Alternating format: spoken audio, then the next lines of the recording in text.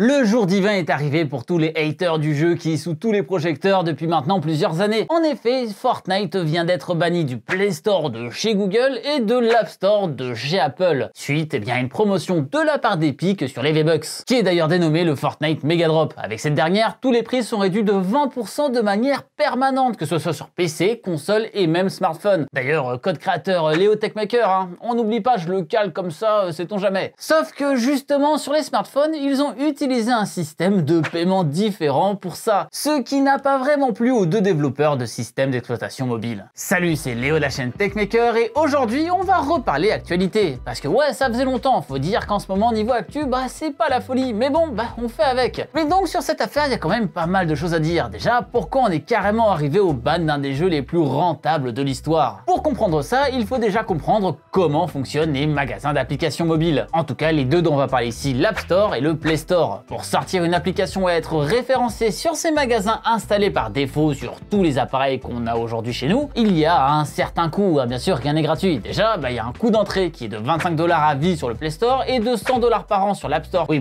cherchez l'erreur ici. J'attends encore qu'on me dise que c'est normal chez Apple de faire ça dans les commentaires, parce que bon, il y a une différence de qualité sur le compte développeur, j'imagine. Bon, en vrai, ce droit d'entrée n'est pas là pour rapporter de l'argent à la société, mais plutôt pour éviter la création de comptes massifs de la part de gens mal intentionnés qui voudraient spammer le store avec des applications inutiles voire malveillantes, et aussi de s'assurer du sérieux du développeur, j'imagine. C'est quand même pas rien et ça peut freiner pas mal de monde, mais bon, c'est comme ça que ça fonctionne. Et surtout, on n'est pas là pour parler de ça, car il y a autre chose qui rapporte bien plus, parce que ce qui rapporte vraiment aux entreprises qui gèrent ces bibliothèques d'applications, c'est qu'elles prennent un pourcentage sur les ventes de votre produit, qui est de l'ordre quand même de 30%, soit près d'un tiers de la vente. En gros, si vous vendez votre jeu 10 €, et bien là-dessus vous récupérez 7 € par achat entre gros guillemets s'il n'y avait pas d'autres taxes. Et ça, que l'application soit payante dès le téléchargement ou alors s'il y a des microtransactions au sein de l'application. Et un pourcentage pareil, c'est tout de même pas rien. On pourrait même dire que finalement, c'est pas mal disproportionné. Pour contrer ça d'ailleurs, le jeu n'était pas disponible à sa sortie sur le Play Store, si vous vous rappelez bien, mais sur l'Epic Game Launcher du côté Android. Et n'est arrivé que bien plus tard sur le Play Store, après moult et moult discussions, j'imagine, entre eux, vu que ce dernier n'est disponible que depuis avril 2020, donc c'est assez récent. Le truc, c'est qu'ils avaient laissé ça de côté jusqu'au 13 août 2020, donc il y a quelques jours, avec cette fameuse mise à jour Mega Drop, en mettant sur leur page que voilà, c'était réduit au niveau des prix, ça de manière permanente, que c'était trop sympa de leur part de faire ça partout, mais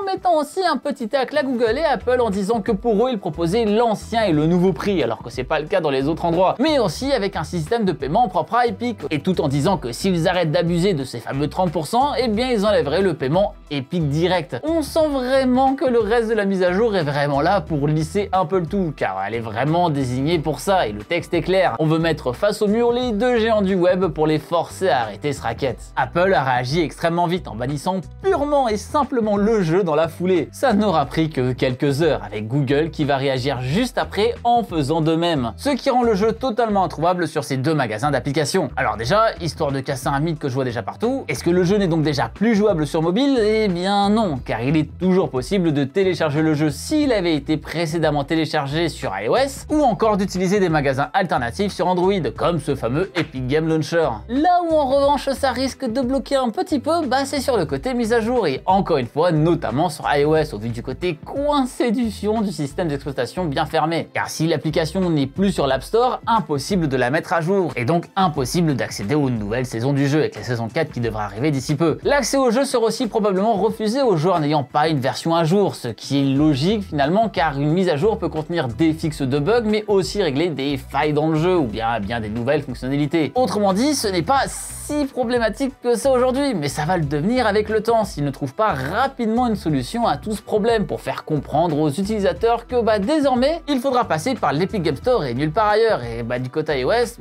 tant pis pour vous. En tout cas, c'est quand même un gros coup de com' et tous les projecteurs sont sur Fortnite, car ces derniers ont attaqué extrêmement vite Apple en justice pour concurrence déloyale, et aussi en même temps abus de position dominante avec un dossier tout prêt tout chaud qu'ils avaient donc déjà rédigé à l'avance, car ils savaient très bien que tout ça allait arriver et que tout ça était donc planifié. En fait, tout ce qui s'est passé, c'est comme si Epic et Apple jouaient à Yu-Gi-Oh! Et que la carte piège d'Epic venait d'être activée, quoi. Ils ont même préparé un petit clip pour l'occasion, saupoudré du hashtag FreeFortnite, et qui rappelle une certaine publicité d'Apple, de sacré troll. En effet, on peut y voir des personnages totalement hypnotisés par un écran géant, et une madame lancer sa sa pioche sur ce fameux écran géant, publicité réalisée en 1984 par Apple pour dire qu'ils sont plus libres que les autres gros méchants comme Microsoft, qui sont vraiment très méchants. Autrement dit, eh bien les rôles s'inversent ici, et encore une fois pour jouer dans le côté provoquant. Et Fortnite a d'ailleurs rajouté la phrase « Rejoignez le combat pour éviter que 2020 ne devienne 1984 », qu'ils sont taquins jusqu'au bout. Les mecs se font des procès à des milliards de dollars et se jettent des crottes de nez l'un sur l'autre comme ça. C'est assez spécial et j'espère pour eux que ça leur portera pas défaut. Ils ont aussi ouvert un site suite à ça pour dire pourquoi ils combattent l'App Store aujourd'hui, fn.gg/freefortnite, où tout est listé. Pourquoi Apple ils sont méchants, pourquoi on peut pas vous rembourser directement vos V-Bucks achetés parce qu'Apple ils sont méchants, et pourquoi vous pourrez plus jouer au jeu dès la saison 4 car Apple ils sont vraiment très méchants. En soi, je caricature un peu, mais je trouve le combat finalement un peu légitime car il y a un vrai abus de position dominante ici. Et même s'il existe des magasins alternatifs, ils ne sont pas faciles d'accès et n'ont absolument aucun poids face à ces deux gros mastodontes. C'est simple, ne pas être sur ces magasins signifie littéralement tuer son application. Déjà que même Fortnite a fini par accepter d'être sur le Play Store par exemple, ça veut bien dire que ce n'est pas négligeable malgré déjà les quelques milliards qu'ils peuvent amasser. Alors imaginez un petit développeur qui lui de son côté n'a pas d'autre chose que d'accepter sans broncher ces fameux 30% sans possibilité d'avoir de réelles alternatives. Bref de tout ça, et quoi qu'il advienne, cela va ouvrir les yeux sur ces fameux 30% et donc faire parler d'une chose dont peu de gens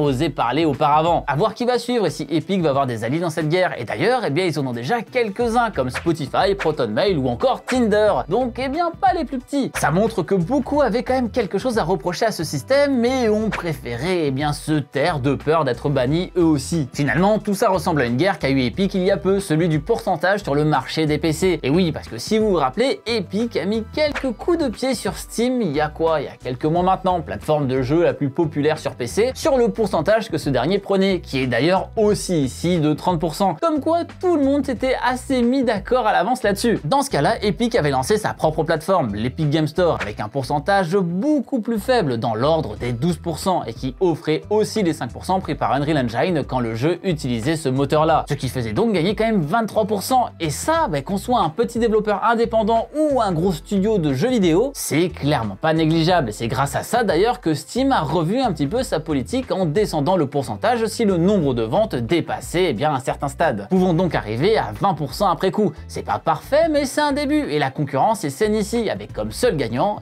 le consommateur. Car si les commissions sont réduites, avec un peu de chance, le prix des jeux le sera aussi, comme avec les V-Bucks sur Fortnite. Et c'est d'ailleurs eux qui peuvent y gagner dans cette histoire, car en soi, c'est pas ça qui va rendre Epic pauvre, un procès perdu au pire si ça se passe mal, ils s'en foutent un peu. Ils font sûrement aussi ça, pour la publicité gratuite que ça offre, car tout le monde parle de ça et tout le monde dit que Epic ils sont trop gentils. Et la preuve, j'en fais une vidéo où je parle de tout ça. Le truc c'est que si toute cette affaire peut faire réduire les prix ou même créer des magasins alternatifs viables, et ce dernier mot est important, tout le monde y gagnera dans ce cas-là. Et c'est donc important que ce combat soit mené. Et je pense qu'il n'y a pas mieux qu'eux pour le faire au vu de leurs antécédents dans ce genre de bataille, ainsi que de leurs moyens, parce qu'ils sont pas pris les premiers avocats du coin. Et on a beau ne pas aimer Fortnite ou le troller à chaque vidéo, je trouve ça cool de faire ça, car ils savaient très bien que ça allait foutre le bazar de proposer ce fameux mode de paiement alternatif. Et au vu de la prolifération du dématérialisé, il se peut que cette guerre arrive aussi sur les consoles un jour, car on l'oublie souvent, mais là-bas aussi on n'a qu'un seul magasin de disponible, et même pas d'alternative possible. Et vu que les PS5 et les Xbox Series X totalement dématérialisés vont arriver, impossible de passer outre la marge prise par Microsoft et Sony sur leurs stores respectifs, qui est aussi ici de 30%. Ouais, encore ici, à voir si l'histoire va se répéter après coup, car ça va être encore plus compliqué à faire bouger les choses là-bas, car rien n'est plus fermé qu'une console de jeu finalement. En conclusion, on peut aimer ou ne pas aimer Epic, Fortnite et tout le team, force est de constater que ce genre de combat est primordial. Tout le monde avait été forcé d'accepter ces pratiques, ma foi, un peu abusives sans trop broncher. En se battant contre Steam, il y a eu du changement et la plateforme s'est un peu réveillée, car ils ont vu que se reposer sur ses lauriers tout en prenant 30%, n'était pas une bonne idée. Après, la grande différence quand même, c'est que là où Valve n'a pas la main mise sur les appareils qui sont utilisés avec son logiciel, c'est le cas ici. Surtout pour Apple qui, en plus de fournir l'App Store, fournit les iPhones qui vont avec. Et quand on voit à quel point ils veulent absolument tout contrôler de A à Z, s'ils perdent cette affaire en justice, ça risque de mettre un sacré coup dans l'ego Tim Cook. Le truc qui me fait rire dans cette histoire, c'est que j'ai l'impression que personne n'en a absolument rien à battre du fait que le jeu soit aussi banni par Google. Genre les articles en mettent une ligne en mode ouais eux aussi ils l'ont fait, mais alors Apple, oh, c'est très grave, dis donc. Je trouve ça un peu rigolo et un peu triste pour eux, hein. Force à vous les gars, hein, car en plus, eux se sont déjà fait condamner pour quelque chose de similaire. Et oui, rappelez-vous avec le moteur de recherche, toujours pour abus de position dominante, avec une amende quand même de quelques milliards de dollars. Donc ouais, c'était pas rien. Et donc j'aimerais avoir votre avis. Vous pensez que qui devrait gagner ce procès selon vous? Epic avec Fortnite ou les deux premières lettres du GAFAM? Car même si du côté moral, on peut avoir une préférence pour l'un ou pour l'autre, hein, parce que finalement on peut se dire que vu que c'est leur store à eux, etc., ils ont le droit de faire ce qu'ils veulent, vu que c'est leur système, blablabla, ou même inversement parce qu'on se dit que tout le monde peut gagner, eh bien le côté moral, il n'est pas le même que le côté justice, et donc qui est en droit de faire ce qu'il fait ici? Eh bien dites-moi tout ça en commentaire juste en dessous, car je pense que tout le monde n'a clairement pas le même avis là-dessus. Donc ça peut être intéressant de voir ce que vous pensez de tout ça. En tout cas, j'espère que cette vidéo vous aura plu. Si c'est le cas, vous savez quoi faire, hein. Le petit pouce bleu de l'amour, le petit follow sur les réseaux sociaux qui se trouvent bien justement dans la description, et surtout le partage de cette vidéo à tous vos amis qui se demandent s'ils vont encore pouvoir jouer à Fortnite comme ils veulent sur leur mobile quand ils prennent le bus tous les matins, ou si ils vont devoir s'intéresser à de vrais jeux maintenant, genre FIFA 20 ou Warzone, ce genre de truc trop bien. En vrai, je dis ça, mais c'est du troll, hein, car le débat sur est-ce que le jeu il est bien et donc du coup il mérite d'être banni ou pas, on en a rien à foutre et il est à des années de lumière du sujet de la vidéo, car j'en ai vu pas mal parler de ça sous les commentaires du TikTok sur le même sujet que j'ai pu faire, donc c'est juste du troll, mais hey, j'ai besoin que vous partagez la vidéo un maximum pour que je puisse avoir du clout. Si vous voulez pas partager la vidéo, au pire partagez-la pour lui quoi, je sais pas, faites un truc. Et bien sûr, si ce n'est pas déjà fait, abonnez-vous à la chaîne en cliquant sur le logo qui vient d'apparaître juste là. C'était Léo de la chaîne Techmaker et surtout, n'arrêtez jamais d'apprendre. Salut!